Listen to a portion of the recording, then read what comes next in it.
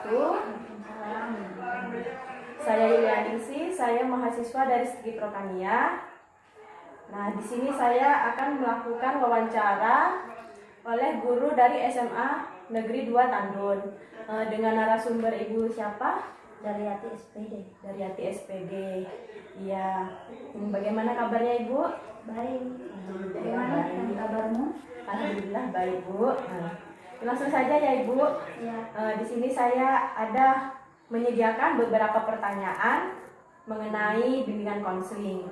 Nah, pertanyaannya pertama yaitu sudah berapa lama Ibu menjadi guru bimbingan konseling di SMA Negeri 2 Tandun ini? Sudah 10 tahun. Sudah 10 tahun ya Ibu, lama ya. Berarti pengalamannya sudah ini ya. Lumayan sih. Iya. Hebat Ibu. Kemudian kedua, apa saja tugas Ibu menjadi guru bimbingan konseling di sekolah SMA Negeri 2 Tandun ini?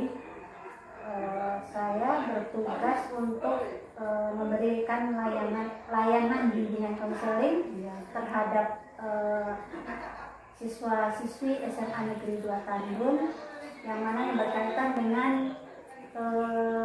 permasalahan yang ada pada siswa itu sendiri, yang mana siswa tersebut yang ada yang bermasalah, walaupun ada yang tidak bermasalah pun itu tetap menjadi bimbingan. Jadi tidak mesti siswa yang ada masalah aja yang harus melakukan bimbingan konseling ya Bu? Iya. Tidak ada masalah pun harus mendapatkan bimbingan. Haruskan mendapatkan bimbingan. Kemudian pertanyaan selanjutnya, apa saja suka duka Ibu menjadi guru bimbingan konseling di sekolah? Selama ini kalau suka, banyak anak-anak yang dengan rela untuk datang ke ruangan bimbingan konseling untuk menemui saya untuk mengungkapkan permasalahan yang dia miliki. Cuma kalau dukanya, kadang-kadang anak-anak yang punya permasalahan namun tidak mau untuk berkonsultasi. Nah, kadang-kadang itu akan menjadi beban dari anak itu sendiri. Akhirnya anak itu sendiri yang bisa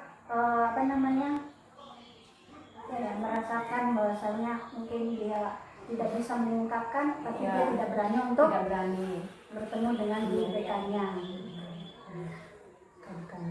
Kemudian selanjutnya, apakah bimbingan konseling di sekolah ini sangat penting Ibu?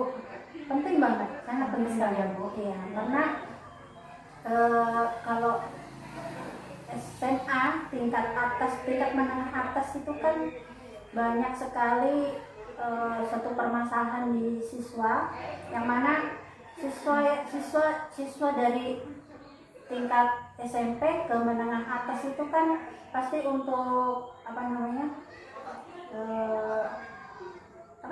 untuk menginjak dari remaja, dari anak-anak untuk menginjak remaja itu kan perlu proses dan itu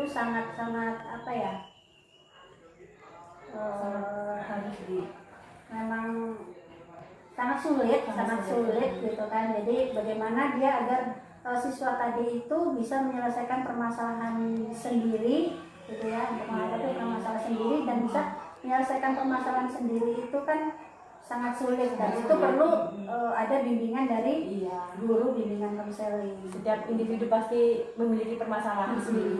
Iya, cuma kadang-kadang kan ada rasa malu, takut, seperti itu. Kemudian pertanyaan selanjutnya Ibu, seberapa besar pengaruh bimbingan konseling bagi individu peserta didik Ibu? Sangat besar pengaruhnya. Kadang kan ada siswa yang tidak berani. Kalau misalnya ada siswa yang memang berani, dia merasa senang, merasa lega bahwasannya dia bisa menyelesaikan permasalahannya dibantu dengan guru konselingnya, kan seperti itu. Nah, kalau apa tadi? Gimana? Pengaruhnya ya. Nah, kalau misalnya dia tidak berani untuk menemui guru bimbingan konselingnya, ya itu tadi, kadang-kadang kalau dia punya masalah besar misalnya seperti itu, kadang kan ada anak yang mengurung diri, diem, terus kadang ada yang diem, tapi ada juga yang mengungkapkan dengan mungkin bisa jadi anak itu menjadi apa ya, bandel, atau mungkin apa ya, cari perhatian guru, cari perhatian guru gitu. Jadi memang sangat berpengaruh bagi siswa-siswa SMA itu. Dari bimbingan konseling ini memang sangat penting gitu. Memang harus ada, memang harus ada gitu. Dan anak-anak pun harus berani kalau misalnya dipanggil oleh guru bimbingan konseling itu, bukan berarti dia bermasalah. Iya. Kebanyakan kan mereka takut mungkin kalau seandainya masuk ruang BK itu berarti bermasalah gitu kan. Sebenarnya enggak ya Bu. Iya. Jadi itu yang ditakutin oleh siswa yang tidak mau menemui guru BK itu seperti itu. Gitu. Ada lagi? Ya, ada lagi Bu. Kemudian apakah ada program khusus bimbingan konseling di SMA Negeri 2 Tandu ini Bu? Ada. Ya. Programnya yang pertama layanan dasar.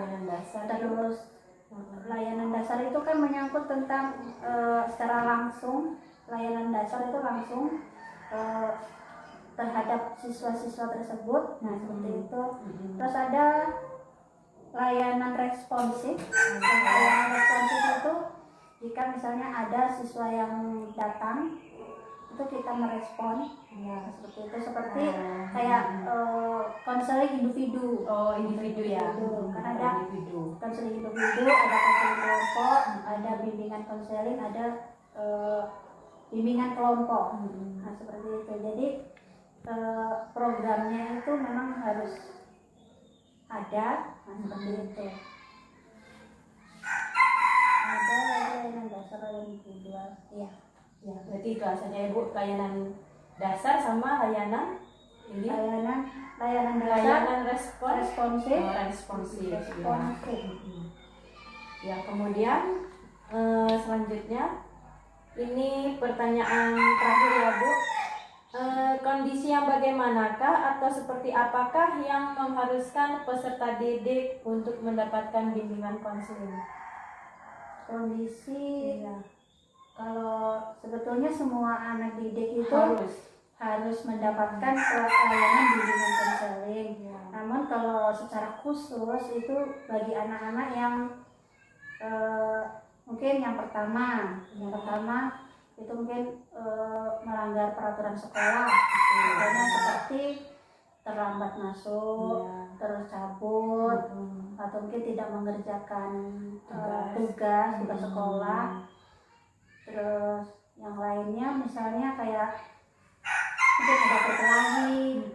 Jadi sih nggak ada berkelahi sih, cuma takutnya masalah seperti itu. Terus ada lagi masalah individu yang mungkin seperti misalnya tadi tidak mengerjakan tugas, terus anaknya tidak masuk gitu kan. Kita kan sulit untuk berkomunikasi dengan anak tersebut. Nah, jadi kita harus pergi ke rumahnya atau kunjungan rumahnya atau home visit untuk apa ya selanjutnya gitu ya Bu. Iya, jadi kita harus datang ke rumahnya untuk memastikan sebetulnya permasalahan apa anak ini sehingga tidak masuk sekolah dan tidak mengerjakan tugas. Ada kerjasama bersama orang tua di rumah. Iya, memang ada. Seperti itu. Jadi kalau apa tadi ya? Ini itu aja lah dulu. Iya, itu saja ya Bu.